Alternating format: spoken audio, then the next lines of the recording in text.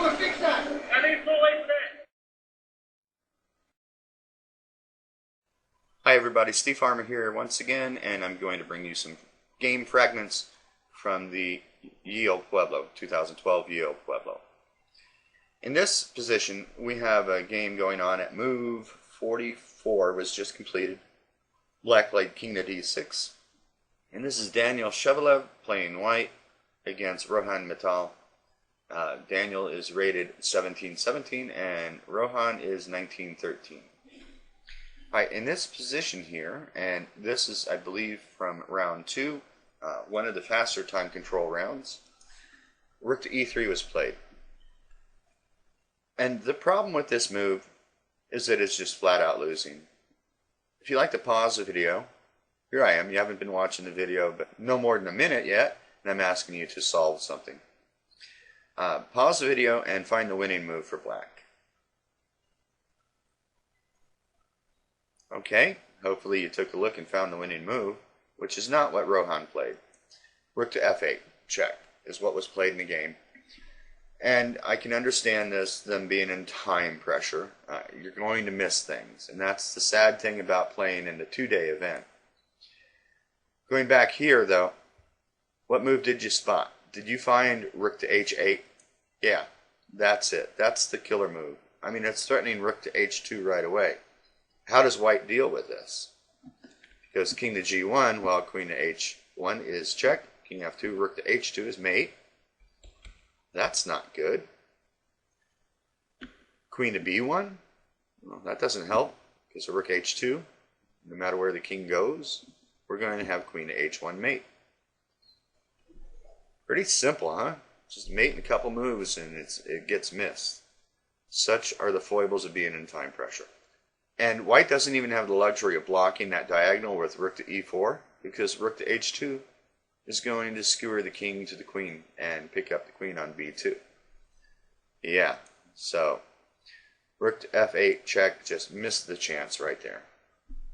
Play continued with king g1, rook to h8, it's threatening mate, but here white has queen to g2, and this saves the day. Queen takes, king takes. And I think that black is still winning in this position. He plays b2 here, which is not a good move because it allows rook to b1. It might have been a better practical chance to play king to c6. And then if rook to d2, rook to d6, rook to de2, rook d to h6, rook to e6 check, trade, trade, king c7. And now we're really getting the idea of pushing that pawn. So checks again, king to d6, and now if he goes rook to b7, we go king to e5, we're coming in a different way. And if rook to e1, we have rook to b8, king f2, b2, just got to stop it. Now king to e5, king to e3, and now rook to b3, and it's zugzwang. White's going to lose material. King to d2, king to d4. Now, king to c2, we can check. King to d1. Well, if he plays king takes b2, we can go here, check, trade off rooks, and win the king and pawn ending. Child's play. So, king to d1. Rook takes d3, check. King c2, and now rook takes g3. And this is easily winning. So, there was an easier way to go about the win. Pushing the pawn. I know we all hear the old saying, passed pawns are meant to be pushed. Such was not the case here. b2, rook b1, rook b8. Of course, black is still clearly for choice here, but it's not an easy win. King f2, king to d7, king e2, rook to b3, king to d2, king to d8. And it seems that black is simply trying to make moves at this point and not to lose on time. Maybe not. King c2. It's a trap! Rook takes c4, check. Very nice. dc4, rook takes e3. King takes b2. And now, playing rook to b3, check, I think leads to a draw. Let's take a look at that. King c2, rook takes b1. Well, rook takes g3 is probably the way to go.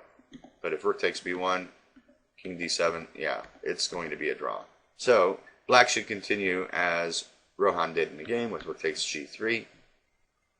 And now rook to d1 check. And sadly, the score stops here. The players were in such time pressure that they couldn't keep score anymore. I think black is winning this. I really believe that black should be able to pull this one off. I mean, that g-pawn is a precious gem in this position. So it's a shame that we don't have the score, because I know that they played on for another 30 moves or so before the draw was agreed to. Now that's some fighting spirit, and it's a nice job by Daniel playing white. He's held an opponent 200 points higher to a draw in a very tough game. For our next game fragment, we have James Chafin playing white. He's rated 1726. He's playing Michael Shevelev, who's rated 1857. Now the move g5 has just been played by black, and it's a dubious move. And James plays king to d3, which is a blunder, just loses the game. Now this is at move 40, and I've often said in my videos, where did the mistakes happen? At move 39 or 40. Trying to rush to reach time control, if that was the case in this game. This is round 2. It could have been a classical time control if it was a 3-day event, or it could have been the game in 90. But be that as it may, still missing this opportunity was bad.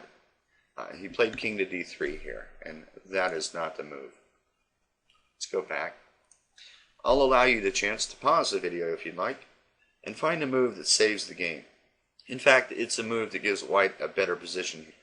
You're white, what would you play? Okay, hopefully you paused the video and you found a move f5. Now this is important for a couple of reasons. First of all, if he goes king to e5, we go king to d3. We're threatening to pick off the f6 pawn, so bishop to d8.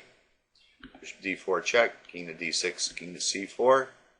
King to e7 to free up the bishop to move, and now king to b4. We're going to snag that a pawn. White's clearly a lot better in this position. Bishop's the same color. He has some winning chances. Slim, but they're there. Going back to where f5 should have been played, if he doesn't play king to e5, he can try king to d7. And now bishop to d4. And king to e7 and king to b4 is again going to snag that pawn with possible winning chances for white. But after king to d3, we'll just see how terrible this turns out after pawn takes, and now bishop takes f4. And black is simply winning at this point. h3, bishop to d6, so that after bishop to d4, you can go to a3. Now king to c3, a2, king to b2, bishop to e5, bishop takes bishop, king takes, of course, king takes a2, king takes e4, and it's a simple win from here on. They played on for a few more moves, we'll just play those out. And white resigned at this point. Alright, this fragment is a real quickie. This is Derek Chen playing white. He's rated 1978, and he's playing Victor Yi, who is 1841. No pushovers, either one. And in this position, it is black to move, and he played rook takes d3, and he resigned right away before white even picked up his queen to deliver mate on g7. He could have tried, and this is only at move 21, he could have tried queen takes f6. And after queen takes, pawn takes. Now the bishop on d3 is hanging, but you can do a desperado with it. And after king takes, rook takes f2. Okay, white's up a pawn. White's clearly better, but it's not as bad as rook takes d3 and queen takes g7 mate. This game fragment is from round 1. It's Michael Bowersock, rated 2206, playing white, and he's playing Thomas Methine, who is rated 1861. And we're at move 26, where white just played d takes e6, and black now plays knight to d3, which is a horrible blunder. And this was no time for a prosaic defense. It really called for something radical.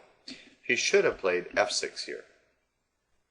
And after knight takes f6, not take the knight, but take this dangerous pawn on e6. Rook to d8 check, king f7.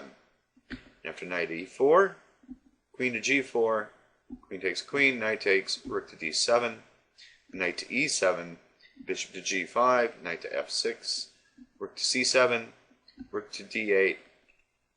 b5 is not good here because the knight checks and then takes on b5. So that's not good. That's winning for white. But after rook to d8, bishop f6, gf6, rook takes c4, b5 now, rook to c5. Yeah, white's a pawn up, has a good position, but black's not losing everything. Most normal people would like to have white here, and in this case, in this rare case, I'm normal too. I prefer white. But this was a better defense than what was played in the game, so f6 should have been played here. In the game, he played knight to d3. And now, Michael plays bishop to f4. No! That's a bad move. He had a killer move. If you want to pause the video, what is the killer move? You find it. It's there. It's there to be found. Do it. Pause the video. See what you come up with. Okay. Hopefully you paused the video and you found the very elegant move of e7 check. Now, of course, if he takes with knight, queen takes g7, king moves over, queen takes rook, king moves up, queen takes queen, king takes queen, and white's just clearly winning there. So, he has to run away, but how? King to g8 is the best move. If king to e8, well, I shouldn't say king g8, they're both bad. Knight takes g7 is check, king to d7, and then we promote, and he takes. But we don't take back right away, we throw in this move.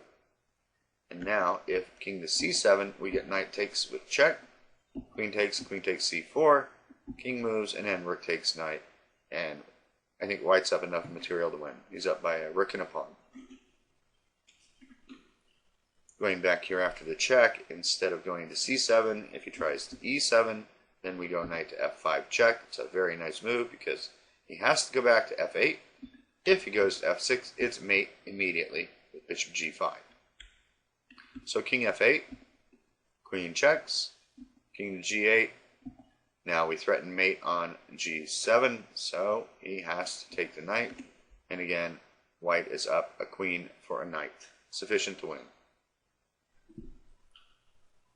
So after e7 check, running the king to e8 doesn't work.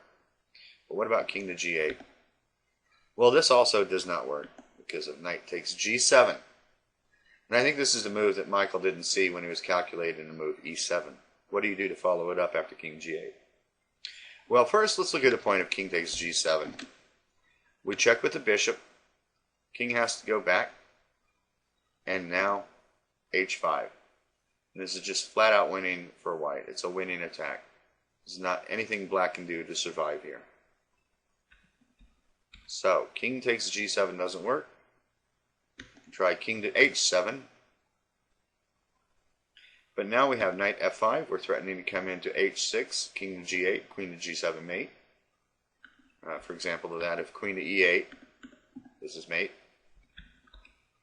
And if king to g8 right away, we go knight to d6. We're hitting the queen and protecting the promotion square. So queen moves and we promote, and we win gobs of material. So yeah, back here e7 was the move to play, but it's not very easy to spot the move. Knight takes g7. In the game, bishop f4 was played, and now knight g takes f4 was played by black, and that is giving the game back to white. He should have played king to g8 here. And now after ef7, king takes f7, and surprisingly, black has got everything protected. He's going to survive the storm. Knight g takes f4 was played. Now queen takes g7, and the ending's pretty simple here. King to e7. Now this is around one game, and I'm sure it was the game in 90, and we're at move 29, so I'm sure the player's running short on time. Here, Michael plays queen takes f7 check, which wins, but a much quicker way would have been queen f6. And after king to d6, then we simply play knight takes f4, and the knight on d3 is pinned. And we're up a pawn. We're going to be up a couple pawns here after the trade's made on d3. So not a good position for black. And if king to f8, we got queen takes f7 mate. And on king to e8, we got knight g7 with check, king f8, and now we take here with mate. So yeah, king to d6 is the only move, and then knight takes f4, like I said. But he played queen takes f7 check, which is a clear, visible line of play. King has to move over to that file. Now we take this and 2 pawns up. Rook f8. And knight to g6 would have been a cool move here. He didn't play that, but it would have worked just as well. He played queen to d7, check. Queen takes, pawn takes, king takes, knight takes d3. cd3, rook takes d3. King e6, and now g4. Now black could have easily resigned at this point. However, he chose to play on to move 57. Perhaps he was ahead on the clock and felt it was worth it, but I won't bore you with the remainder of the game. White is clearly winning here. Here's another little game fragment. This is the game between Richard Quesada, who's rated 1445, playing white, against Hector Martinez, who is at 1762. Hector's been braving the storm here. White's been throwing everything at him, including the kitchen sink in a Grand Prix attack. But here, black would be fine if he would just play queen to e8. Then after rook to e1, king h8, queen takes d6, and knight to e5. I think the game is pretty level here because of black's weak pawns. But black's totally in this game. However, in the game, Hector played knight to e7. This is a horrible, horrible mistake. Can you see why? Pause the video. See what you come up with. Okay. Now, I'm sure that you found the correct move. What was played in the game was knight to f4. And that's not the move. I'm sure you agree with me on that, right? No. Bishop to f6. Let's threaten mate. See what that brings. Knight to g6 is pretty much forced. And now bishop takes queen. That should win easily. But the players didn't see that. And knight f4 was played. King h8. And then knight h5. And they went on for some time and ended up with a draw in this game. Amazing. Some opportunities to get presented, and if we're not looking for them, we're not going to see them. Now this game fragment is between, and I hope I'm pronouncing this correctly thanks to my lessons in Chinese from Ish, Xiexin Wang, playing white, and he is rated he's rated 1898. He's playing Rick Sun, who is rated 1879. So the players are evenly matched, and they've really been duking it out in this game. It's black to play. And if he were to play knight to e4, I think he maintains a slight edge after bishop takes and d takes. I think black is just slightly better here. White's got a fractured king side. Yeah, black's king's not terribly safe either, but white can't get to him real quick. And I think that's the biggest point of this position. But instead, Rick played g5. Now, Xiexin was quick to play c takes d5, and it leads to a better position. Rick played c takes d5, and this gets him into hot water. Let's look at knight to e8, the other defensive try. D takes c6, now queen to d6 is the idea. c7 with check. Now, if king takes, that's bad because of knight to d5 check. King to b7, rook to e7 check. This is just going to be winning for white.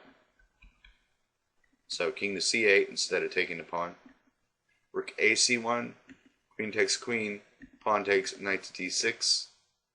White's a pawn up. It's a good position for white actually because a bishop to a6 now and knight to b7. Knight to c4. Yeah, black is in all sorts of hot water here. King takes. Knight to e5 check. He's got to stay in touch with that knight on b7. A most unfortunate situation for him because king to b8.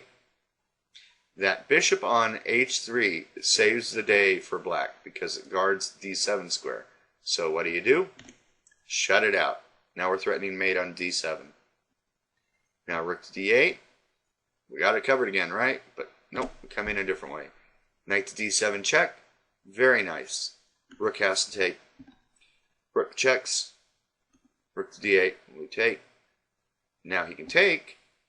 Finally, that knight's not hanging anymore, but it allows rook to c8. Rather amazing little combination there, blocking off that bishop on h3 and then sacking the knight. Pretty cool stuff. Okay, so yeah, black's probably in hot water after the move he played g5 a couple moves ago. So c takes d5, rook ac1, rook c8. And now I think knight f5 is probably technically better. He plays rook takes c8, bishop takes c8, rook c1, queen e7 to guard the c7 square. Now bishop f5, a nice touch. Now, bishop takes f5 was played, and I think the most accurate way to continue here is with simply knight takes f5. Now what is black going to do? I mean, you can try queen to e6, but then we're going to get queen to b8, king to d7, and then rook to here as mate. But let's go back to the move that Xiexin played, and he played queen to b8, check right away. King comes up, and rook to c7. Now this doesn't lead to mate, but it leads to a big win of material. So black resigned. In this game fragment from round 2, we have Hector Martinez playing white. He's rated 1762. And he's playing Singh, who is rated 1433. Now this position arose out of an accelerated dragon, and as often happens with the accelerated dragon, you have a Meraxi bind. And I love playing a Meraxi bind as white. And I hate facing it with black. It's just a very tough beast to wrestle with. Now, white just played b3, and now black plays bishop to d5. And this gets him into all sorts of positional trouble here, as we'll see shortly. He should have played f5. You got to look for your pawn breaks and grab them at the earliest possible moment when you're playing against the Meraxi bind. I think white's still a bit better after this move, but that is definitely the move that black should have tried. Let's go back to our game where bishop takes d5 is played. Now if c takes d5, the knight has to go somewhere, so he retreats to d8. Now knight to a4. We want to come in with the rook, so rook to e8 to protect the pawn, so that after rook to c7, he can move the queen and the pawn's protected. However, a better move here would have been simply bishop c7. Now if the rook moves to c8, we can go to b6 with the knight, forking the queen and the rook. Same if the rook goes to a8. Just to give an example. Okay? And if rook c8, then this. And he has to take the bishop with the queen to trade the queen for the bishop and the rook. Not a good trade for black. But rook to c7 was played, and it's a very instinctual move. I can understand it. And especially since it was round 2, it might have been a faster time control game. Queen to b5 was played, now rook fc1. And to put it simply, black is tied up all across the board here. Bishop h6 was tried, and now some really nice play by Hector. He shows that he has his wits about him and plays bishop to a7. This forces rook to a8, now bishop to e3, just to shore up that f4 pawn so the queen can move. That's the thing about overprotecting a pawn. Both the queen and the bishop are protecting the f4 pawn, which means either piece can move when needed. f6 was tried, knight to b6 hitting the rook, gets out of the way, but we go here. White's threatening to take on e7 now, so the king comes to protect that, and there's a problem with that. Knight to a7, and the queen is trapped. Amazing. She's sitting there out in the open field all by her lonesome, yet she's dead. Nowhere to go. Black resigned at this point. This round 2 game fragment comes to us courtesy of Jack Krieger, who's rated 1036 playing white, and Juan Castillo at 1199 playing black. This will give us a good illustration of why you don't want to move your pawn cover in front of your king. Now, it's white to move, and we're at move 24. For some reason, white played f4 here. Okay, well, if pawn takes, then rook takes, and yeah, I can see the sense behind that. But what the players missed, it was queen to e3 check. G4 was played in the game. It doesn't really change things too much. You can get away with that. But he could have played queen to e3. And what's the problem with that? After king f1, queen takes d4. So yeah, moving the pawn cover, not a good idea. The game actually continued with g4. And now he should play bishop to g2. But he's still not off the hook after queen e3. King moves. You take with check, and then take the rook still. But in the game he played bishop to f1, and that allows a bigger problem, queen to e3 mate. Our next game fragment is from round 1 in the game Victor Valenzuela, who's rated 1293, against Michael Torres, who's rated 1699. So Michael's obviously the odds-on favorite. Here we get an example of why you shouldn't push your pawns in front of your king. For some reason, white lashed out here with g4. Very bad idea. F takes g4, and now h takes g4. I guess he's hoping for queen takes g4 and then rook to g3 and try and mount some kind of counterattack, but you just simply don't do that. What you do is you play rook takes f2, or think more accurately, queen takes f2, which was not played in the game. King goes over, we check again, king goes back. Now we can take the pawn because there's nothing protecting the rook when it goes to g3. So now king to h1 and rook to f2 is going to force mate. Back in our game, Michael played rook takes f2, which is just fine. Rook to h3, queen takes, king takes, rook f8 check. More fuel for the fire. Bishop f5, queen takes g4, ab6, ab6, rook to a7, bishop takes f5, queen c3, bishop to d3, discovered check, bishop to f4, rook takes f4, and white resigned one move before mate here. Okay, let's learn the lesson, folks. Don't move the pawns in front of your king unless you have a good calculated attack behind it. This next game fragment, also from round 1, shows how brutal the fast time control can be. When I played at this fast time control, I absolutely hate it. But when I have to work on Fridays, I can't play Friday night. Last time I played in the 2-day event, I won the first game. Of course, I was only facing like an 1800 player.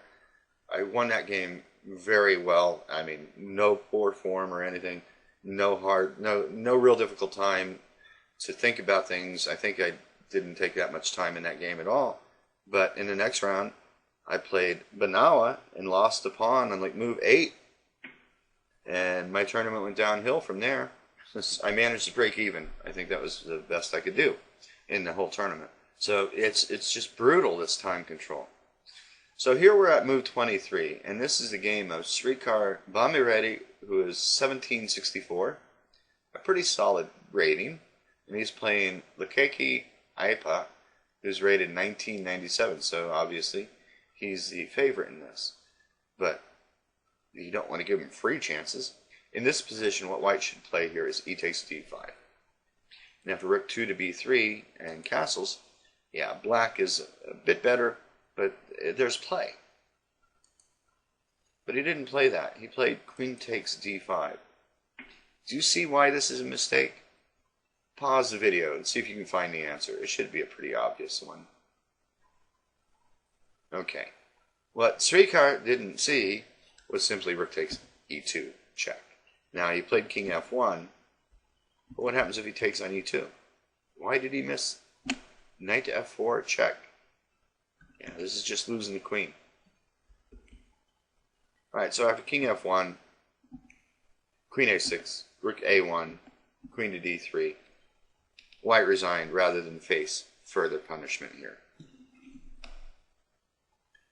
This game fragment is Nicholas Johnston playing white. He's rated 1737. He's at the top of the board here. And we have Emily Tallo playing black. She's rated 1990. And a dangerous combination of beauty, brains, and talent. It's on the rise. So, guys, look out for this one. She can be very dangerous. Okay, Emily's on move here. We're at move 26, and she plays b4. And now white plays the horrendous move G4. Let's pop back for a second. White could have stayed in the game. Not admirably so, but could have stayed in the game with CB4, CB4, and knight C4. Hitting the rook. You can take the pawn. Knight to E3. Take. And bishop to E4. Rook C1, F5. And I think that black has a winning advantage here. But it's only a pawn. And it's going to take some time and technique to show that she can win it. But this is still a lot better than what happens after G4. Okay, pause the video and see if you can come up with the winning combination of moves here for black to win the game quickly.